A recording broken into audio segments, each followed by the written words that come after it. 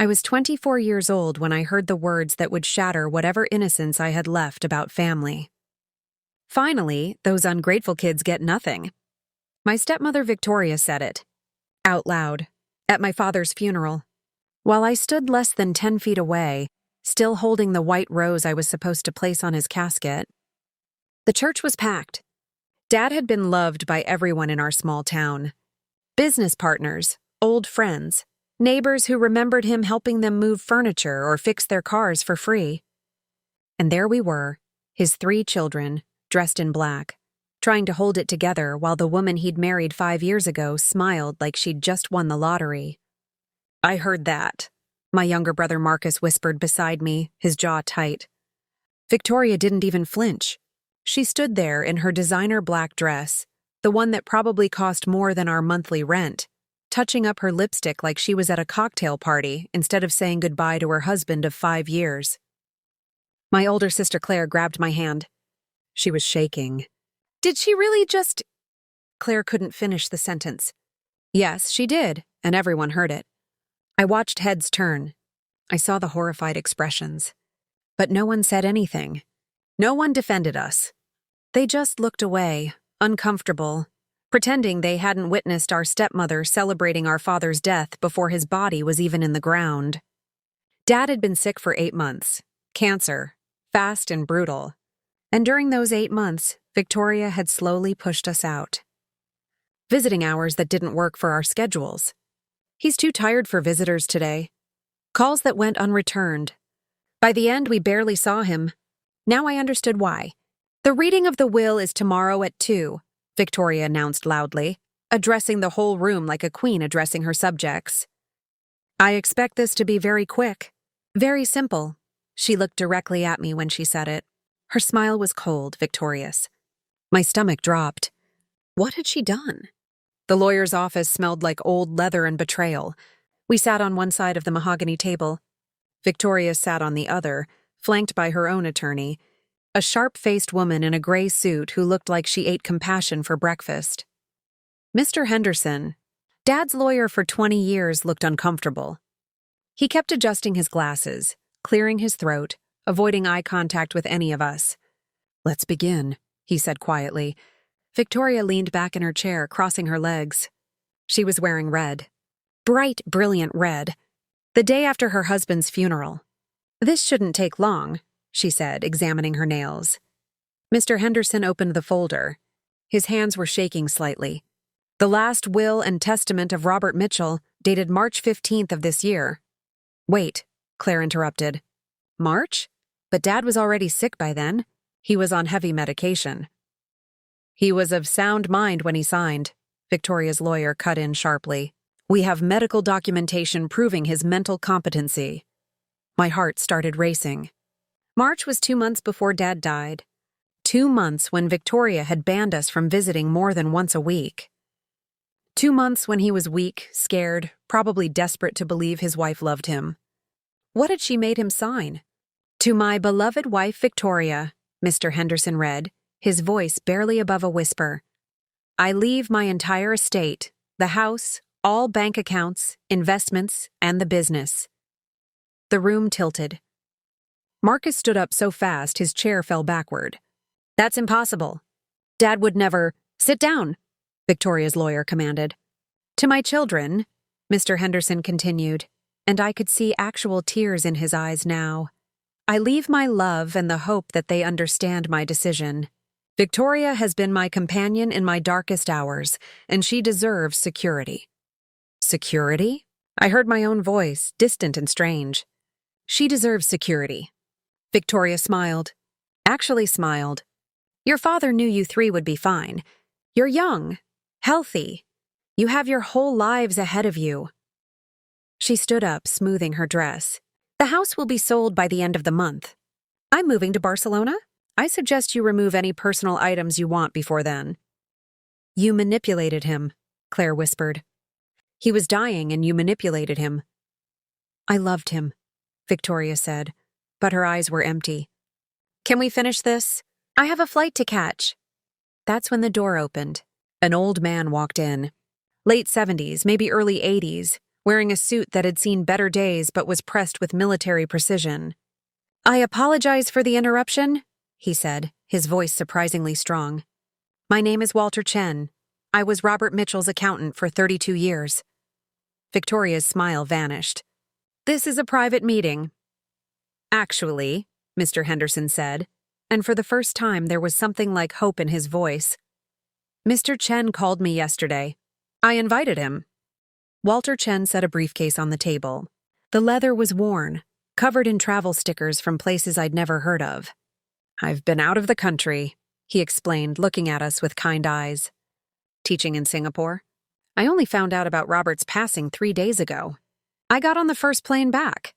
"This is highly irregular," Victoria's lawyer said, standing. "We're leaving." "Sit down," Walter Chen said, and the authority in his voice made even Victoria freeze. "You're going to want to hear this. Trust me." He opened the briefcase and pulled out a stack of documents. "Robert came to see me in February. He video called me, actually. He was concerned. Very concerned." Walter looked at Victoria. He said his wife was pressuring him to change his will, that she'd become hostile when he refused, that she'd threatened to prevent his children from visiting. "That's a lie," Victoria hissed. "I have the recording," Walter said calmly. "All 43 minutes of it. Would you like me to play it?" The color drained from Victoria's face. My heart was pounding so hard I could hear it in my ears. "Robert asked me to do something," Walter continued. "Something he'd never asked in 3 decades of friendship. He asked me to help him hide his assets. The real ones." Marcus grabbed my hand. "What are you talking about?" I managed to ask. Walter Chen smiled. It wasn't a kind smile anymore. It was the smile of someone who'd been waiting years to deliver justice. "The estate this woman just inherited?" He pointed at Victoria. "The house, the accounts, the business? It's worth approximately $400,000. Victoria relaxed slightly. "Exactly. And it's mine." "But Robert's actual estate," Walter said, pulling out another document. "The trusts he established in 1998, the offshore accounts, the property holdings in 7 different states, the stock portfolios he built over 40 years. He paused. "That's worth $23 million. The silence was deafening. "And it's all going to his children." Victoria's face turned the color of ash. "That's impossible," she whispered. He showed me the bank statements." "He showed you what he wanted you to see," Walter said. "Robert was a brilliant man. He knew exactly what you were after the moment you started asking about his finances 6 months into the marriage." Victoria's lawyer was frantically flipping through papers. "This can't be legal. There are disclosure laws." "All legal," Walter interrupted. "I have 3 decades of documentation. Every trust was established before Robert even met your client. The offshore accounts are completely legitimate, taxes paid in full. The property holdings are all in a family corporation that predates this marriage by 20 years. I couldn't breathe. $23 million. Dad had been rich? Actually rich? And we never knew? Why didn't he tell us?" Claire asked, her voice breaking. Walter's expression softened. "Because Robert was old-fashioned. He wanted you 3 to make your own way, to earn your success. He planned to tell you everything on your 30th birthdays, or when you had children, whichever came first. But when he got sick," Walter's voice caught. "When he knew he was dying and he saw what Victoria really was, he called me." "You're lying!" Victoria screamed, slamming her hands on the table. "Robert loved me. He wouldn't have betrayed me like this." "Betrayed you?" Marcus stood up, his voice shaking with rage. "You called us ungrateful at his funeral. You banned us from seeing our dying father. You manipulated a sick man into signing away what you thought was everything. And you dare talk about betrayal?" Victoria's lawyer was whispering urgently in her ear. "The will she has is valid," Walter acknowledged. "She gets the house, the visible accounts, the small business. All legal and binding." Victoria started to smile again. "But," Walter continued, and his voice went cold, "there's more. Robert also left me with instructions to investigate the past 5 years. Medical records, financial transactions, visitor logs from the hospital." He pulled out a folder marked with red tape. "Tell me, Mrs. Mitchell, Did you really think no one would notice? Notice what? Victoria's voice was barely audible. Walter opened the folder. Notice that you increased Robert's morphine dosage. Without doctor's orders. 3 weeks before he died. The room exploded. Victoria's lawyer started packing her briefcase. We're done here. Do not contact my client again without... I already contacted the police, Walter said calmly. Detective Sarah Rodriguez is very interested in reviewing the medical records, especially the parts where Mrs. Mitchell signed for medication pickups that were never prescribed. You can't prove anything, Victoria said, but her voice was shaking now. All that confidence, that victory, crumbling like sand. Actually, I can. Walter pulled out another document. Robert had cameras installed in his room. Small ones, hidden.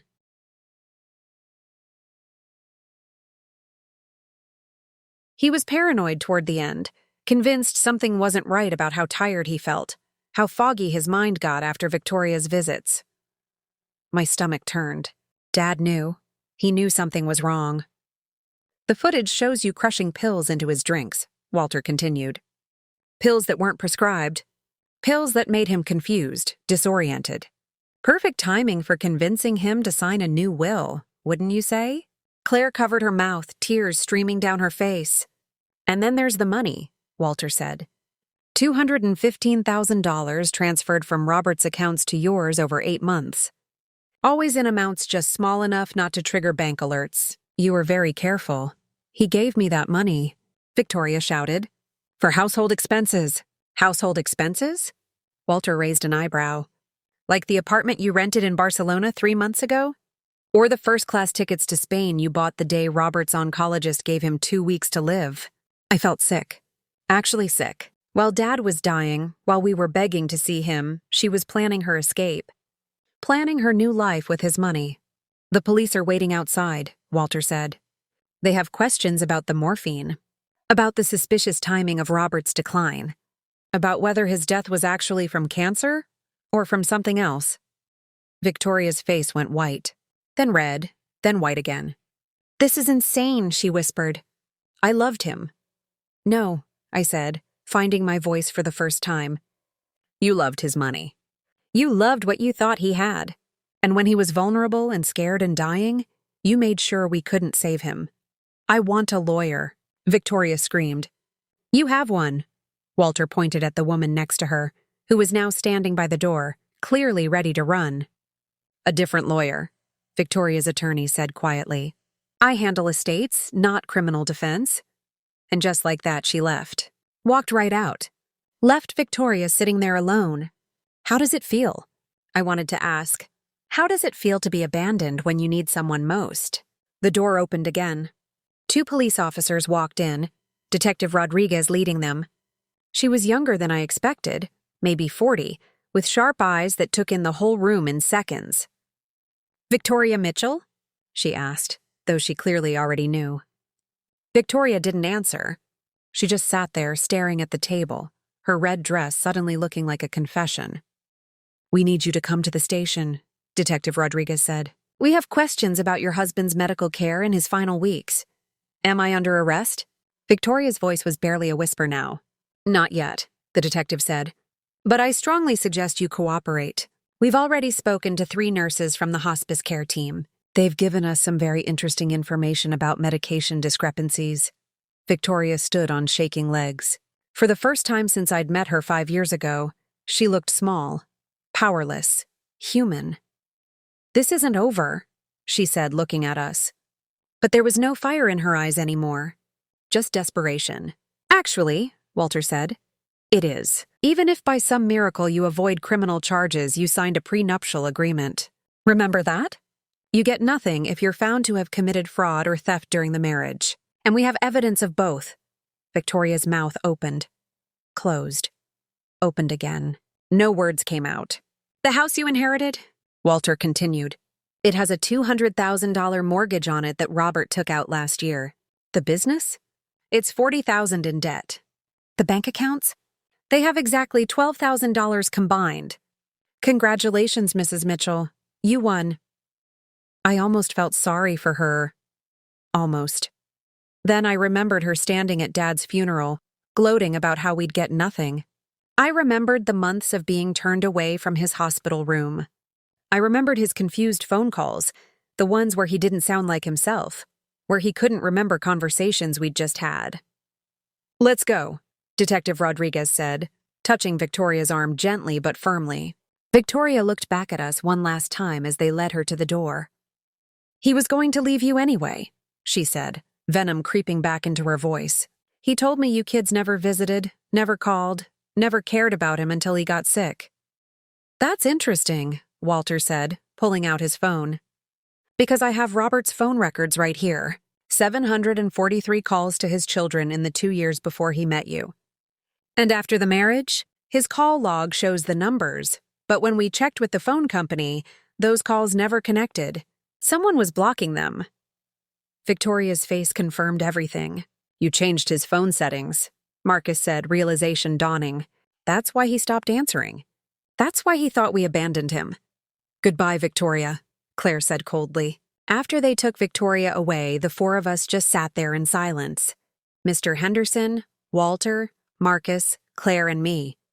The weight of everything pressing down like a physical thing. "I need you to understand something," Walter finally said, his voice gentle now.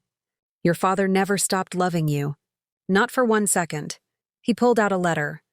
The envelope was yellowed, worn at the edges like it had been carried around for a long time. He gave this to me in February. Made me promise to give it to you after he passed, but only after you knew the truth about Victoria." Walter handed it to me. "He wanted you to read it together." My hands shook as I opened it. Dad's handwriting. Messy, shaky from the illness, but unmistakably his. Claire moved closer, reading over my shoulder. Marcus stood behind us. "My beautiful children," I read aloud, my voice cracking. "If you're reading this, then Walter did his job, and you know what Victoria really was. I'm sorry. I'm so sorry I brought her into your lives. I was lonely after your mother died, and I was stupid enough to think companionship mattered more than character." I had to stop. Take a breath. By the time I realized what she was, I was already sick. And I was terrified. Not of dying, I've lived a good life. But I was terrified of leaving you three without protection from her. So I did what I had to do. I played along. I let her think she'd won. I signed her will. I took her abuse. And I made sure you'd be taken care of after I was gone. Marcus was crying now. Actually crying. I'd never seen my brother cry, not even at the funeral. "The money doesn't matter," the letter continued, Dad's handwriting getting bigger, more emphatic. "What matters is that you three stick together. Take care of each other. Build lives that make you happy. Your mother and I, we worked hard so you'd have choices, so you'd never have to compromise yourselves for security like I watched my parents do." Claire's hand found mine. "There are instructions with Walter about the trusts. Some of the money is available now. Some when you're older. I know you'll be smart about it. I know because I raised you right, even if I couldn't see you at the end. Even if she made me believe you'd abandoned me, I never truly believed it. Not in my heart. My chest felt like it was being crushed. Live big, love hard. Don't let anyone make you small. And please, please, don't waste time hating Victoria. She's already lost everything that matters. She had love right in front of her and chose money instead. That's its own punishment. Be better than her. Be better than my mistakes. I love you. I'm proud of you. I'm sorry I couldn't say goodbye. Dad." I folded the letter carefully, holding it against my chest. "There's more," Walter said quietly. "Your father made videos. Dozens of them. Messages for birthdays, weddings, grandchildren he'll never meet. He spent his last good weeks making sure you'd still have him, even after he was gone. We spent the next 3 hours in that office learning about a father we thought we knew but didn't really understand at all. Walter showed us documents, photographs, records going back decades. Dad had been buying property since his 20s, small investments that grew enormous over time, a warehouse in Portland that became prime real estate, shares in a tech startup that everyone thought would fail but didn't, a small apartment building in Austin that was now worth millions. He lived modestly on purpose, Walter explained. Robert believed showing wealth made people weak, made them targets. He wanted you three to develop character before you inherited comfort. Did Mom know? Claire asked. Your mother knew everything, Walter said, smiling. She was actually the financial genius in the relationship. Half these investments were her ideas. When she died, Robert promised her he'd protect you three the same way she would have. My throat tightened. Mom had been gone for 7 years. Cancer, just like Dad. The disease that had destroyed both our parents. What happens now? Marcus asked. Mr. Henderson pulled out more papers. Each of you receives immediate access to $500,000. The rest is in trusts that mature over time. There's also property, a lake house in Minnesota, a condo in Colorado, the apartment building in Austin. You'll need to decide together what to keep and what to sell. $500,000 each, immediately. I was 24 years old and suddenly I didn't have to worry about student loans or rent or whether I could afford to fix my car. And the house? I asked. The one Victoria inherited? Walter's smile turned sharp. Like I said, it has a mortgage and a lien, and Victoria won't be able to sell it while she's under investigation. Property in legal limbo tends to deteriorate in value very quickly. Good, Claire said flatly. There's something else, Walter said, his expression turning serious. Your father wanted you to have a choice. About pressing charges.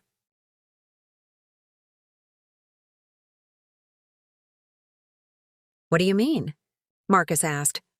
The evidence we have against Victoria, the medication tampering, the financial theft, the phone blocking, it's solid. Detective Rodriguez says the DA is interested. Very interested. But, he paused, pursuing this means a trial. Publicity. Your father's name in the papers. Years of legal battles. She deserves prison, Marcus said, his voice hard. Maybe, Walter agreed. But your father also left instructions. He said if you wanted to let her go, to just take everything and let karma handle the rest, he'd understand. He said he didn't want you sacrificing years of your lives to anger. I thought about Victoria, about her sitting in an interrogation room right now, everything she'd schemed for disintegrating. No money, no house that mattered, no husband, no escape to Barcelona, just consequences. We didn't decide that day. Walter gave us time to think, to process, to grieve properly without Victoria's shadow poisoning everything. A week later, we met at the lake house in Minnesota. Dad's real house. The one Victoria never knew existed. It was beautiful. Small but perfect, nestled between pine trees with a dock stretching into crystal clear water. Inside, everything was exactly as Mom had left it. Her books on the shelves. Her paintings on the walls. Photos of us as kids everywhere. He couldn't let this place go, Claire said softly, running her fingers over Mom's favorite reading chair. Even after she died, he kept it exactly the same. We spent 3 days there, talking, crying, laughing at memories Victoria had tried to erase. And on the 3rd night, sitting on the dock with our feet in the water, we made our decision. I don't want to spend years in courtrooms, I said. I don't want Victoria's face to be the thing I see when I think about Dad. But she killed him, Marcus said. Maybe not directly, but she hastened it. She made his last months hell. And she'll live with that, Claire said. Every day for the rest of her life, she'll know she had everything and lost it because of her own greed. That's worse than prison. Marcus was quiet for a long time. Then, what about the theft? The money she took? We don't need it, I said. We have more than enough, more than we ever dreamed. Let her keep the debt and the worthless house and the knowledge that she destroyed a good man for nothing. Dad said to be better than her, Claire added. Better than his mistakes. Maybe that means choosing peace over revenge. The next day, we told Detective Rodriguez we wouldn't be pressing charges on the theft or the phone tampering. But the medication investigation? That wasn't up to us. That was between Victoria and the state of California. 2 weeks later, Walter called with news. The DA reviewed the evidence, he said. The medical examiner found elevated levels of non-prescribed sedatives in Robert's system, but not enough to prove cause of death. Without your testimony about the financial motive and the pattern of behavior, they don't have enough for charges. So she gets away with it. Marcus said bitterly. Not exactly, Walter replied. Victoria's been trying to sell the house. But word got around town about what happened. About what she did? No one will work with her. The real estate agents won't take her listing. The bank won't refinance her mortgage. And the prenup clause I mentioned? It's being enforced. She gets nothing but that underwater house and about $8,000. What about Barcelona? I asked. She's still here, working as a receptionist at a dental office 40 miles outside town, living in a studio apartment, driving a 15-year-old car. She tried to write a book about her experience, sell her story. No publisher would touch it. Sometimes karma doesn't need our help. 3 years have passed since Dad's funeral. 3 years since I heard Victoria say those words that changed everything. I'm 27 now. Claire just had a baby, a little girl she named after Mom. Marcus started a nonprofit helping families navigate end-of-life care and protect elderly people from financial abuse. He says it's what Dad would have wanted. And me, I went back to school. Finished my degree, started a foundation that provides free legal services to families dealing with estate manipulation. We've helped 43 families so far.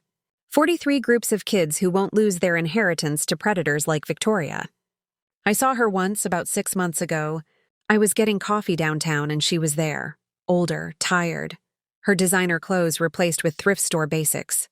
She looked at me, and for a second I saw her considering whether to speak. She didn't. She just looked away and left. I didn't feel triumph. I didn't feel anger. I just felt sad. Sad that someone could have had love, real love from a good man, and thrown it away for money that was never really there. The lake house is mine now. Claire got the Austin property. Marcus took the Colorado condo. We kept the rest in the family trust, just like Dad wanted. Every summer we all come to the lake house for a week. Claire brings the baby. Marcus brings whoever he's dating. We cook Dad's terrible barbecue recipes and tell stories and watch the sunset from the dock. Last night, I was going through some old boxes in the attic and found one more letter. This one addressed specifically to me, dated just days before Dad died. My little fighter, it said. You always had the biggest heart and the strongest sense of justice. I know what happened with Victoria will hurt you the most because you'll want to fix it, to punish it, to make it right. But sometimes the bravest thing we can do is let go. Let karma do its work. Let peace win over revenge. I'm so proud of the woman you've become. Your mother would be too. Live your life, baby girl. Don't let anyone make you small. Love, Dad. I sat on the dock with that letter for hours, watching the stars come out over the water. Victoria got nothing. We got everything. Not the money, though that helped, but the truth. The knowledge that we were loved. That we never gave up on Dad, even when it looked like he'd given up on us. That family, real family, survives even the cruelest manipulations. And sometimes, the best revenge isn't revenge at all. It's living well. Living fully. Living exactly the way Dad wanted us to. Victoria thought she'd won when she stood at that funeral and said those words. But she lost everything that day. Her freedom. Her future. Her chance at redemption. We won everything, and we didn't have to destroy ourselves to do it. That's the real justice, the kind that lasts.